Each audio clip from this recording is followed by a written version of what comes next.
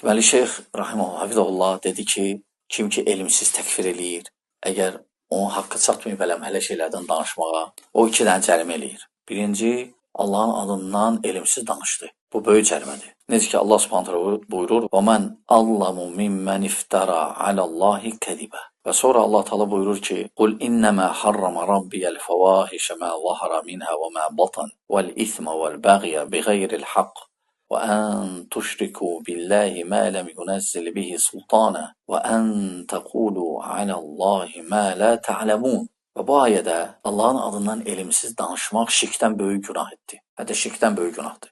Çünki şirkdən sonra qeyd elədi. Allah birinci nəyi? Fahişliyi haram etdi. Fahiş işləri, sözləri, əməlləri. Və ən təqulu alallahi ma la ta'lamun. Yəni axırda dedi ki, şirkdən sonra dedi ki, və Allahın adından elmsiz danışmaq.